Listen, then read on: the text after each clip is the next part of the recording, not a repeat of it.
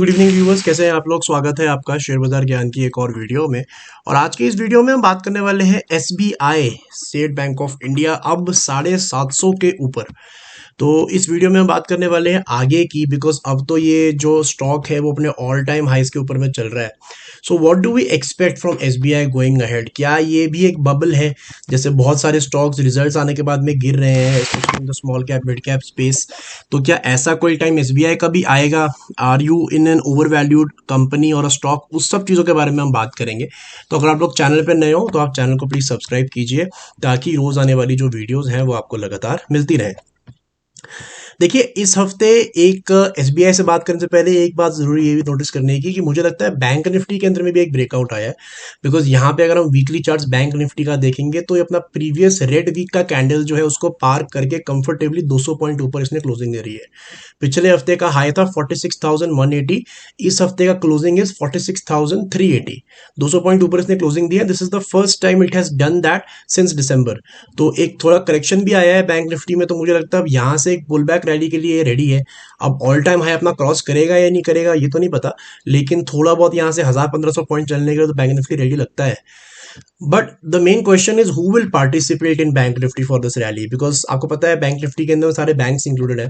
तो मेरे को ऐसा लगता है कि ये वाली जो रैली होगी, जो भी ये 1,000 पॉइंट की या 2,000 पॉइंट की जो भी रैली होगी, या उससे ज्यादा भी हो सकती है, ये लीड करेंगे पीएसयू स्टॉक्स। जो प्राइवेट सेक्टर बैंक्स है वो भी थोड़ा बहुत लीड करेंगे। एचडीएफसी बहुत गिरा है तो वो भी वहां से चलना शुरू करेगा। बट जो मेन इसके अंदर चलेंगे वो SBI, PNB, bank of Baroda, यही सारे चलेंगे, राइट। एसबीआई की स्पेसिफिकली मैं अगर बात करूं तो देखिए, ये किसी भी तरीके का कोई बबल नहीं है, ये एक नॉर्मल तेजी है, क्योंकि बैंक इतना ज्यादा इंप्रूव हो चुका है over the period of time. Stock उसके साथ में अब रिएक्ट कर रहा है, अपने आप को री रेट कर रहा है। अब आपको आदत डाल लेनी है एसबीआई को 700, 800, 1,000 के लेवल्स पे देखने की, राइट। अगर आपको एक सिंपल मैं एग्जांपल बताऊंगा यहाँ पे एसबीआई के वैल्यूएशंस का, आज की डेट में 9.8 के वैल्यूएशन पे चल रहा है एसबीआई का शेयर, राइट। और एसबीआई का जो लास्ट, ये अगर हम इसको मान के चले कि 10 का पी मल्टीपल है, थोड़ा सा ऊपर ही पकड़ लेते हैं। So when was the last time SBI was trading at a multiple of 10? तो हम वापस जाएंगे थोड़ा सा 10 साल का, अगर हम यहाँ चार्ट निकालते हैं तो यहाँ पे अगर हम ढूंढे कि 10 के पी मल्टीपल पे कब था एसबीआई का स्टॉक, तो एक एग्जांपल, बहुत सारे एग्जांपल, 10 के पी मल्टीपल बहुत बार ट्रेड किया है इसने। एक एग्जांपल मैं आपको यहाँ पे दिखाता हूँ, that was the December of 2015। दिसंबर 2015 में भी ये सिमिलर वैल्यूएशंस पे ट्रेड कर रहा था। वैल्यूएशंस की बात कर रहा हूँ, प्राइस की नहीं। और उस टाइम पे स्टॉक का प्राइस क्या था दिसंबर 2015 का, अगर हम देखेंगे तो ये रहा दिसंबर 2015। और इस टाइम पे स्टॉक का जो एवरेज प्राइस था वो लगभग 225 रुपए का स्टॉक था। तो बोलने का मतलब क्या है? बोलने का मतलब ये है कि 2015 में जब ये स्टॉक 225 रुपए पे था, 230 रुपए पे था, तब का वैल्यूएशन और आज का valuation is absolutely same, right. इतना ऊपर चलने के बाद में भी स्टॉक का जो कंपनी का वैल्यूएशन है वो आज के रेट में भी सेम है। ये क्यों हुआ? ये हुआ इसीलिए because of the fantastic performance of the bank. ये आपको चीज दिखेगी इनके प्रॉफिट के अंदर में, राइट। अगर आप 2015 के नंबर निकाल के जाके देखोगे तो मार्च 2015 के अंदर में बॉटम लाइन थी 17,000 करोड़ की। 17,000 करोड़ का प्रॉफिट कर रहा था बैंक एक साल के अंदर में। पिछले 12 महीने में 2023 में भी और अभी भी लगभग 66,000 करोड़ का प्रॉफिट है बैंक के पास में। 17,000 करोड़ से आप कंपेयर करोगे तो ऑलमोस्ट 4 गुना। तो बैंक का प्रॉफिट जब 4 गुना बढ़ गया तो स्टॉक भी तो बढ़ेगा।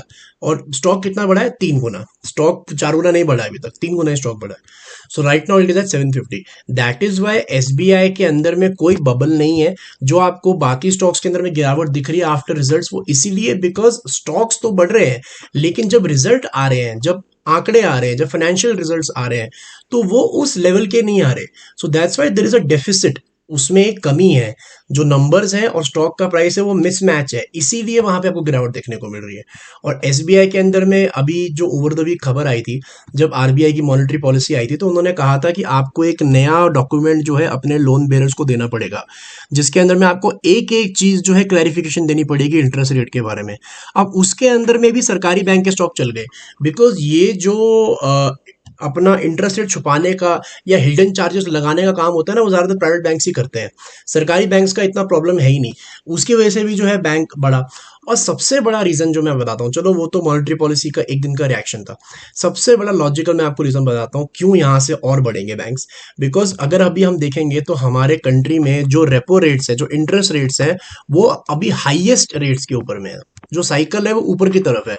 इसका मतलब क्या है कि जो लोन्स मिल रहे हैं वो महंगे मिल रहे हैं, जो लोग लोन्स ले रहे हैं उनको महंगा इंटरेस्ट रेट लग रहा है। जब ये साइकिल पलटेगा अगले साल तक धीरे धीरे इंटरेस्ट रेट्स कम होने शुरू होंगे, लोन सस्ते हो जाएंगे और लोग आएंगे बैंक्स के पास में लोन लेने के लिए और बैंक का मुनाफा बढ़ेगा। सो अगर ऊंचे इंटरेस्ट रेट के अंदर में बैंक एनपीए नहीं कर रहा, बैंक प्रॉफिट अच्छे डिलीवर कर रहा, तो आप सोचो जब रेपो रेट नीचे होंगे तो कितना बिजनेस बढ़ेगा। So that's why I believe ये एसबीआई स्पेशली हो गया, पीएनबी हो गया, ये गोल्डन रन के अंदर है, कुछ भी नहीं कर रहा है इन स्टॉक्स को। और अगर सिर्फ नियर फ्यूचर की बात करें 6-8 महीने की, तो मुझे 1,000 रुपये का स्टॉक दिखता है। उसके पीछे कैलकुलेशन बड़ी सिंपल सी है कि अगर हम इसका प्राइस टू अर्निंग रेशो देखेंगे तो एवरेज प्राइस टू अर्निंग इसका 12-12.5 बनता है। अभी ये चल रहा है 10 के नीचे। यहाँ से अगर परसेंटेज वाइज देखेंगे तो 30% नीचे, 20 to 30% नीचे एवरेज पी मल्टीपल के ट्रेड कर रहा है। अगर ये सिर्फ अपने एवरेज पी को मैच कर दे 12-12.5, तभी भी इसका जो लेवल है वो 950 के करीब निकल के आता है, राइट। सो यहाँ से प्रॉफिटेबिलिटी और बढ़ी तो इसका वैल्यूएशन और नीचे आएगा और स्टॉक बढ़ेगा। So nothing has to be done. लंबे समय के लिए भी इसके अंदर में कोई चार्ट फॉलो नहीं करो, इसमें कुछ नहीं करो, पकड़ के बैठो बस। बिकॉज जब तक ये ऐसे रिजल्ट देता रहेगा तोड़ फोड़, ये स्टॉक को कुछ नहीं होने वाला, स्टॉक भी इसको फॉलो करेगा ही करेगा। There is no other option, right. तो दोस्तों ये था मेरा आज का video SBI. There is no bubble, fantastic rally, fantastic stock and better days to come ahead. I hope आपको वीडियो का जो लॉजिक था, जो स्टॉक के पीछे का मैंने एनालिसिस बताया, वो सारा समझ में आया। कोई सवाल है आपका तो आप कमेंट सेक्शन में जरूर डालो। मैं मिलूंगा आपसे अपनी अगली वीडियो में, तब तक आप अपना ख्याल रखें and all the best guys.